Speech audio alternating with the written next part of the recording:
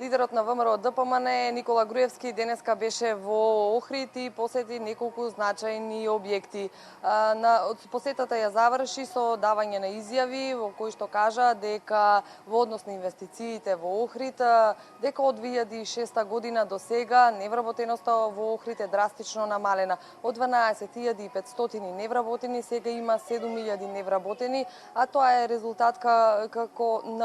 резултат на владините мерки за вработување, проектите Македонија вработува 1 и 2, мерките за самовработување, меѓутоа и напорите на владата за привлекување на странски инвестиции.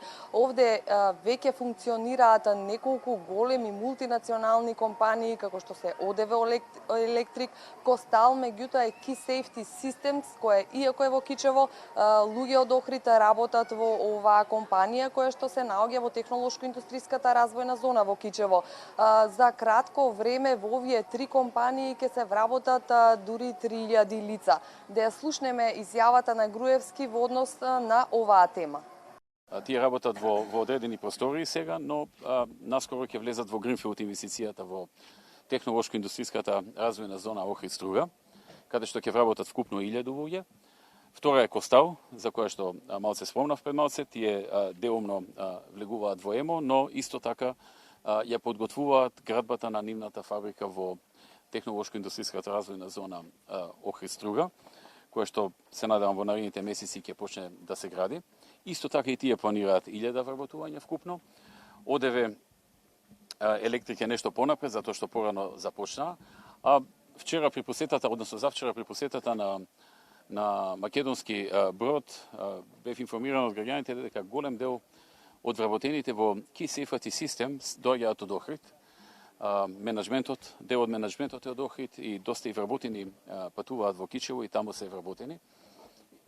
Key Safety System е американска компанија која што исто така планира да вработи 1000 луѓе во првата фаза, а неофицијално имам информации дека планираат и втора фаза од најмалку 500 вработувања.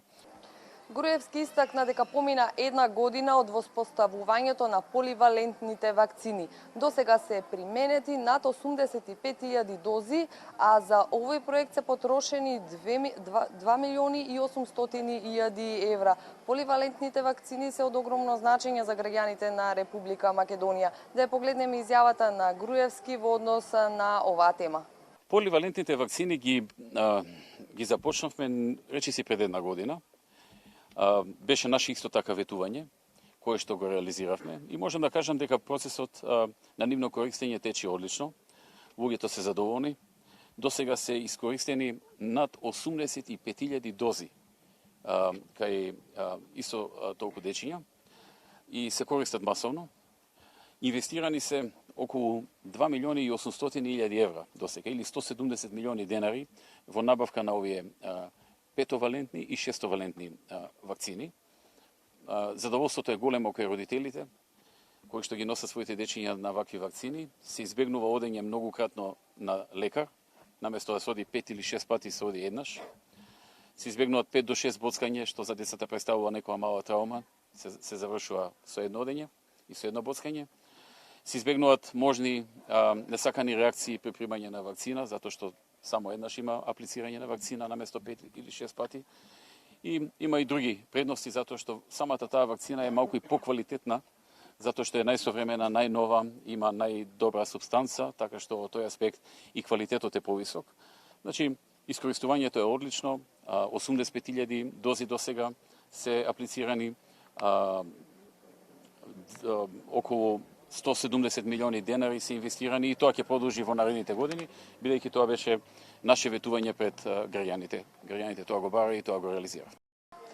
Така, во моментот во Охрид има силен инвестициски бран, се инвестира во 23 значајни инфраструктурни објекти. Пред изјавите Груевски ги посети обновата на фасадите на неколку куќи, инвестиција од 26 милиони денари преку владата, парите се обезбедени од владата, а се исплаќаат преку Министерството за култура. Овде подоцна Груевски го посети археолошкиот локалитет Горна Порта. Овие истражувања започнале годинава во 2016 година, а ќе продолжат и наредната година. Има силен инвестициски бран и во изградба на Свети Климентовиот универзитет со вкупна инвестиција од 30 милиони евра. Груевски беше информиран дека Охрид како туристички град има директни линии со многу светски метрополи кои придонеле за зголемување на бројот на туристите во Охрид. Да погледнеме дел од атмосферата од оваа прошетка на Груевски. А и охриѓање се почувствуваат? Па и охриѓање се почувствуваат, така. Исто доста е значајно со субвенциите во туризмот. Многу луѓе решаваат сами да си ги реновираат куќите на целиот потек во Стариот град. Ја следат старата архитектура. Па добро, веќе тука и завод и музеј согласно нивни проект. Така што многу куќи го добиваат лико што го имале претходно, а внатрешно добиваат уредување кое што е прикладно и за туристи. Така што туристите многу доаѓаат, особено англичани доаѓаат во стариве куќи. Има редовна линија сега Охрид, Лондон, Лондон Охрид. Да, Лондон Охрид има редовна линија, 2 пати неделно оди. Така што доста туристи доаѓаат од Англија. Доаѓаат и Базел има исто така редовна линија, летно време има од Брисел редовна линија, има од Израел редовна линија, од Амстердам. Така што различен тип на туристи делуваат во хотелите, делуваат во Стариот град. Стариот град е најинтересен за туристите од Англија.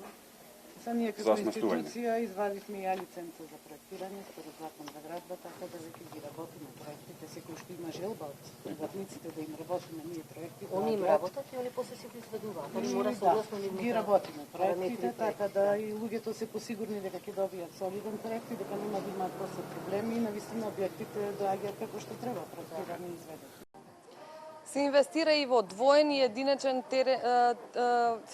тениски објект, изградба на повеќе наменско игралиште, меѓутоа ќе се инвестира и во изградба на затворен базен, чија инвестиција е 5 милиони евра. Изградбата на фитнес зоните пак ќе стартува до крајот на овој месец.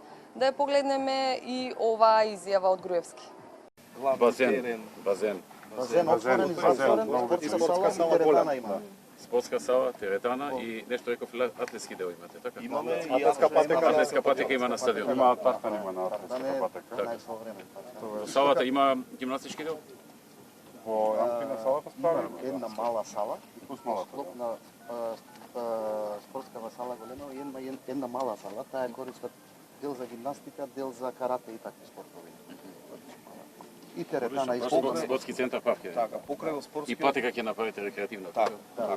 Патеката е многу во проект. Веќе се гради патека. Да, ево, Еколошки е многу во машините проект. работат на тоа. Почнавме пред неколку дена со градежите. Тука бељани извори се вливаат во езерото и беше многу запуштено, загадено делимично, така што многу и од еколошка страна е проектот. Така. Во насока на подобрување на условите на живот се инвестира во изградба на пешачка патека. До сега во нова пешачка патека се инвестирани 11 милиони денари, а во должина од 420 метри. Груевски беше информиран дека ќе се градат уште дополнителни 650 метри. Да погледнеме дел од атмосферата. Тој дел кој што сега го зборувам, имаме веќе подготвен проект, обезбедени финансиски средства, 72 милиони денари во буџет. Проектот е завршен со сите потребни аспекти, работиме на добивање на одобрение за градба и ќе стартуваме од текот најсенва и на реконструкција на тој дел. Така што и тој ќе се прошири, соодветно ќе се уреди со гранитни плочки, со соодветно осветлување хортикултурно, ќе се обезбеди делот кон езерово, кој што до сега беше луѓе кои што шетаат со мали деца прилично беше небезбеден, така што отворено беше делот кон езеро.